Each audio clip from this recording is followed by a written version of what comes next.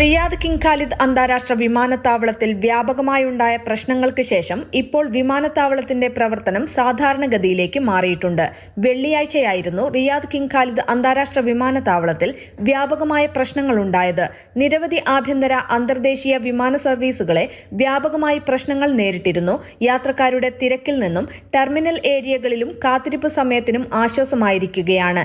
മറ്റ് വിമാനത്താവളങ്ങളിൽ നിന്ന് റിയാദിലേക്കുള്ള നിരവധി വിമാനങ്ങൾ വഴിതിരിച്ചു വിട്ടതും വിമാനത്താവളത്തിന്റെ ഇന്ധന സംവിധാനത്തിലെ ഷെഡ്യൂൾ ചെയ്ത അറ്റകുറ്റപ്പണികൾക്കുണ്ടായ കാലതാമസവുമായിരുന്നു പ്രശ്നങ്ങൾക്ക് കാരണം.